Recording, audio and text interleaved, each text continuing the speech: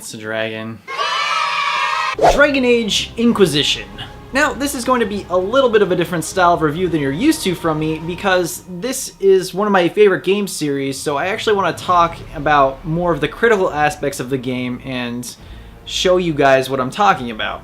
I don't think my review would be very informative if I didn't first mention Dragon Age Origins and Dragon Age 2, because Inquisition reflects so heavily on not only the story and the characters, but the negative criticisms as well. In the original Dragon Age, you play as a Grey Warden, a hero of the continent of Ferelden. You can make many different combinations of characters, all with immensely different origin stories. For instance, you could make two different types of elves, one that starts in the city and one that is native to the traveling caravan race known as the Dalish. Now, this is important because it establishes this immersion. You can almost immediately be brought into your character's shoes, and that was a big part of the success of the original game. Our characters are new, the world is new, so we learned everything about the game alongside our characters that we created. Now, the world is no longer new. We already have an established backstory. If you had a group of friends that all played Dragon Age and you asked each of them which was their least favorite, undoubtedly they would say number 2.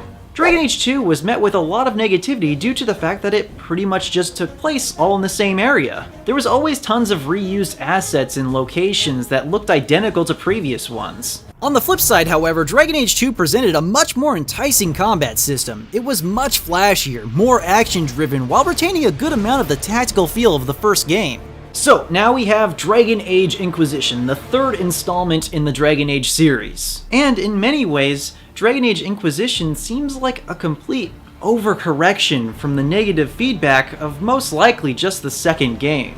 The game begins with you creating a completely custom character like you did in the original Dragon Age. This was definitely nice to see because in Dragon Age 2, the character was solidified from the beginning to only being a human, thus granting us more immediate control over what type of experience we want out of this game. That and increasing the replayability tenfold. After you're done creating a character, you're then thrust into the prologue. Inquisition picks up right after the ending of Dragon Age 2. Essentially, you are placed in the center of this huge conflict between the mages and the Templars. Think of the Templars as an anti-magic, semi-religious knight, and the mages are, well, mages. The story begins with a huge explosion taking out key members of each organization, thus thrusting the world into absolute chaos. Your character then wakes up and is said to be the only survivor of this huge incident. You also bear a really strange mark on your hand, and there's a hole in the sky that's really big and scary and green and stuff, and demons are pouring out of it. Cool.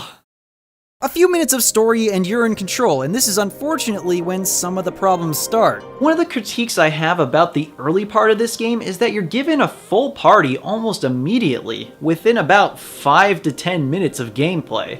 This can be a bit overwhelming for beginners. In the original game, you had so much more time to familiarize yourself with the game before having to control a full party, and here it's given to you in a matter of minutes. I know that the prologue is supposed to be action-packed. They're really going for this incredible sense of urgency to the entire thing. The game could have definitely gained from introducing less characters less often in the beginning at least, because you as the player could have become more attached to characters if they were introduced at a slower rate. Instead of doing what they did, which was just rushing you into this situation where you had 4 people at your control. On the other hand, it does get you used to controlling a party fast, even though the game is, for the most part, easy enough and the AI is good enough to essentially not even have to switch around characters that often on the normal difficulty. If you're looking for more of a challenge, definitely bump up the difficulty to Hard or Nightmare. I've heard that Hard is a more accurate portrayal of the original game's difficulty. After the initial prologue, the game starts to open up a lot. You're immediately sent to your temporary base camp of Haven. Haven and Skyhold, the castle you get later in the game, act as your central hub that you keep coming back to frequently to progress the story. You can also buy, sell, customize, create weapons and armors, talk to companions and build up your relationships with them. Also, you can upgrade and equip different potions. You could even eventually judge criminals that you've captured from the story quests, and the severity of the crimes are so varying and plentiful that the decisions that you have to make are actually really hard. There's many decisions that have actual consequences and repercussions in the game, and that's awesome. The main attraction to the base is the War Room though, a room with a huge map where you and your advisors plan strategic goals. You can send your advisors out on missions that net you valuable resources like gold, weapons, armor, and crafting ingredients. You will also always have to return to this room to progress the main story. There's just so much to do just by walking around your base camp. It's almost overwhelming. It's definitely one of the places that you're going to spend a lot of your time in-game. What makes things even better is that when you have your castle later in the game, you can actually upgrade it, building watchtowers, changing the looks and aesthetics of the furniture, or even building a garden. There's a lot of cool upgrades that keep you coming back and using the resources that you pick up when you're out and about doing quests. Once you familiarized yourself with the base camp, you're then sent out to the first location, the Hinterlands.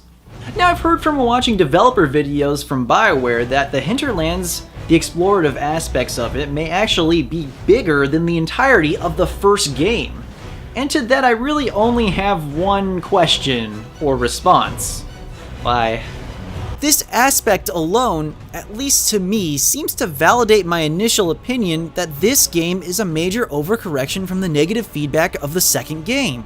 Now, I'm gonna level with you guys, I really didn't like the second game all that much for the reasons that we've already stated. But the first game, I'm on board. I'm okay with it.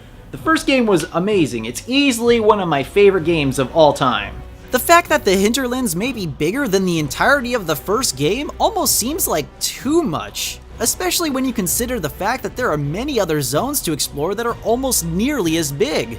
Okay, so why am I complaining about the size of the areas? Well, I'm not really complaining about the size of the areas. It's not the size of the areas that bothers me. It's more so the type of content that fills these areas. Initially, when you get to the Hinterlands, you have one quest, a story quest. After completing that quest, the entirety of the map essentially opens up to you. There's definitely higher level zones and areas that you shouldn't be going to right away, but the game doesn't stop you from doing so. And of course there are areas that only unlock through the continuation of the story. This is when you realize the absolute massive scope of what's happening though, and the true gameplay elements start to creep into your experience. Upon finishing any plot quests, you have to return to the war room to continue the next part of the story. You do this by attaining a resource called power, and then you use your power to unlock specific things on the war table. This can be anything from the next part of the story to new zones to explore and even previously unreachable areas that you've claimed while exploring. It's a cool mechanic in theory, and for the most part it works, but it's not without its problems. So again, no matter what you do, you have to come back to the war room to continue the story. However, this means that you have to go out and get a lot of power, which means lots of fetch questing and killing quests. There's also this real severe lack of direction sometimes. It can be really easy to get the feeling of being lost or overwhelmed by the sheer amount of stuff that's happening. If I could compare this game to another game that I'm very familiar with, it would be World of Warcraft. Because this game can sometimes feel like a single-player MMO, and that's not necessarily a bad thing, I'm not implying that. But what I am saying is that it sometimes feels like there's this distinct lack of heart to a lot of things you're doing throughout the game. Most of the time, you're not really doing the amazingly epic story-driven quests. Most of that time is spent running around a big zone, exploring the area, finding little exclamation mark quests, doing those quests, fighting things, and getting power and influence. That is easily more than half of this game. What is even more discouraging is the fact that you can feel so empty and detached from a lot of the very minor quests that you're going to be doing. They sometimes just feel like busy work. When you walk up to the vast majority of characters that you encounter in the world, no longer are you greeted with these really cinematic cutscenes. The characters just kinda sit there and talk to each other, standing perfectly still and calm.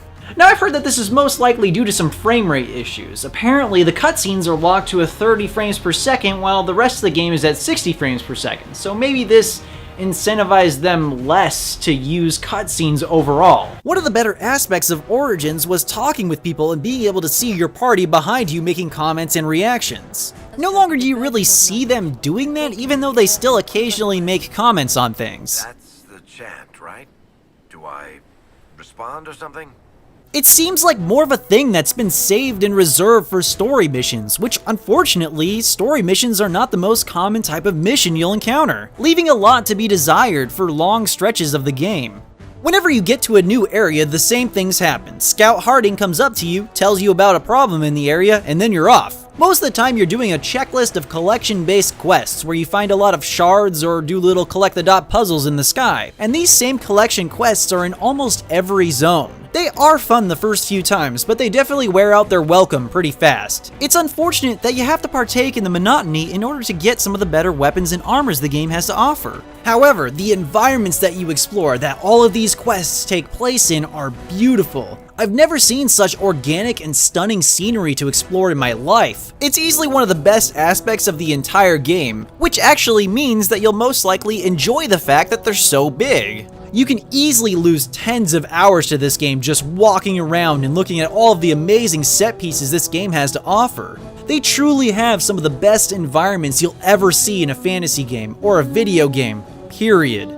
It's too bad that it just seems like it buckles under its own vastness because a lot of the time you're not really doing a whole lot of important things in these huge zones. My advice to everyone playing the game would be to kind of moderate yourself. Try not to complete every single little thing as you're making your way through the game. If you don't moderate yourself a little bit, I feel like a lot of people would potentially burn out on the game entirely before getting to a lot of the better parts of the game.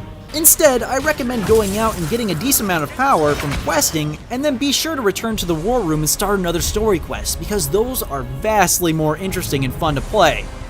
Don't be like me with 150 power when a story quest only takes about 20. Take some time to actually progress the story, or else you'll likely burn out on the exploration aspects of the game. One of the major draws to the original Dragon Age were the characters, and Dragon Age Inquisition has plenty of new and old characters for you to enjoy. This Dragon Age is definitely the most inclusive of games when it comes to relationships as well, and considering that most of the relationship aspects of the game are completely optional, you don't have to see anything you don't want to see. The characters in this game are fantastic though. The voiceovers and lip syncing are great, and you can genuinely get attached to certain characters. Easily one of the best parts of the original game was replaying the game and messing with all the characters in different ways to get different reactions and responses from them. So I don't really have a choice about this. And I'm glad to see that this is back with such a diverse cast.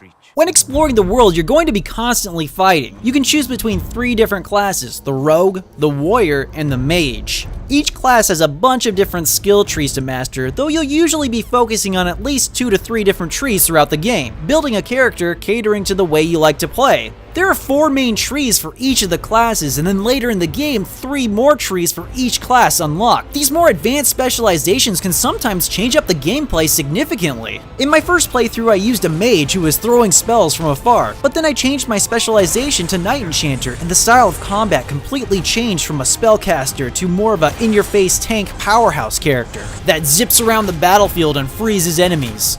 The combat this time around is far more streamlined. It's almost unnecessary to use the highly hyped return of the tactical camera. And when you do eventually have to use tactics, the camera itself is almost completely non-functional, often giving you a really weird angle where it's impossible to see or control what's going on. Now, I was playing on the PC version, and for a game that originated on the PC harkening back to the old Baldur's Gate days, this game sometimes doesn't control the best. They do, however, let you rebind most of the keys, so you can control it any way you like. It's just clearly more of a port to the PC this time around, and that's kind of a shame, considering that Dragon Age Origins was built for the PC.